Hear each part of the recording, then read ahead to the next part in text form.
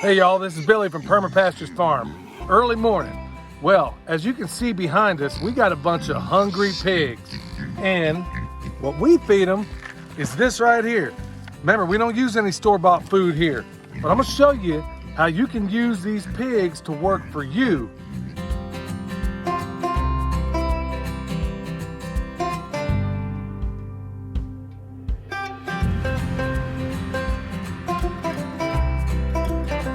So what we're gonna do, we got all this nasty Chinese silvergrass that was brought in by the government, right? You've heard me talk about it before.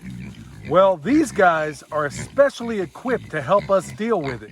Now, we won't go into all the mitigation effects that we've had real good luck using so far for a whole bunch of reasons, but we're gonna show you how these guys work for us using their food. Now, the cool thing about this is that because it's not one clump, because there's a lot of rice, there's a lot of tortilla chips and stuff like that in here.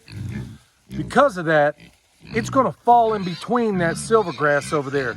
I'm gonna dump it in a place and then we're gonna come back a little bit later and show you how they help fix whatever problems you have. Right over here, that brown looking stuff you see there, that's that silvergrass. But there's also a lot of nasty thicket up in there. Now you can see there's a spot behind me that William tested yesterday and they worked it over good. Now, I'm gonna take this and I'm gonna dump it directly in there.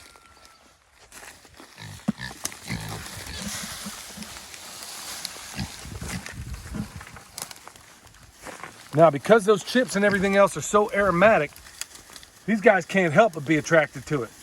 So we're just gonna stand back, let them go. I'm gonna stand right here at this point so we film exactly in the right place when we come back. And we're gonna show you later on today what this looks like.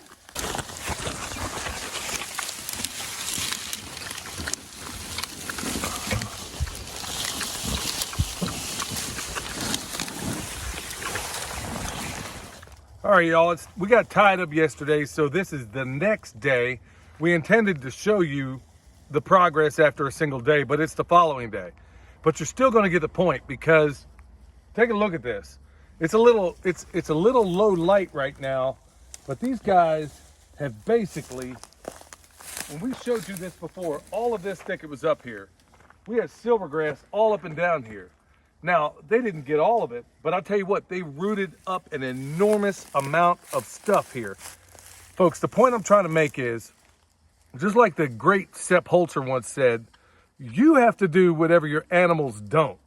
And he was responding to somebody that felt like it was slavery to have a pig or chicken do your work, even though it is completely in accordance with what they're set up to do. They're made to do this stuff. I can leave these pigs in here for a while, and I will. And the idea is to run them up by the house, clearing out this thicket as we go. Now, would I even have to dump this stuff out here? In most cases, no. You just leave them out here and they'll do it for you. Now, I should say that this is a breed of pig, this American guinea hog, that has nowhere near the rooting capabilities of some of the other breeds we've done before. These guys will get some of it done, but by and large, they don't disturb the soil nearly as much. So it goes to show you that if you have a pig, another four-wheel drive machine, as Joel Salatin calls them, if you have another one that is better suited for doing this type of stuff, imagine what they could do. These are guys that aren't necessarily, this isn't their big game right now, but they still get it done.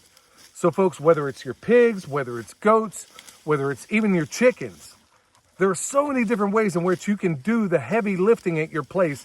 Have those animals do the pigness of the pig, the chickenness of the chicken, the sheepness of the sheep, the cowness of the cow. It doesn't matter. They can do it all. You can make them happy, and at the same time, they can get done enormous work for you. So all the rustling you hear over there are these pigs. This is what they do, folks. They get up in here. This is how they work. They get up in here and they tear all this stuff up.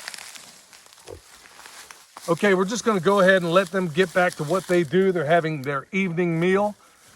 And like I said, you don't even have to, I wouldn't even have to necessarily sprinkle their feed. I'm just showing you one of many methods. If you want something gone, put their food on it and the pigs will wipe it out.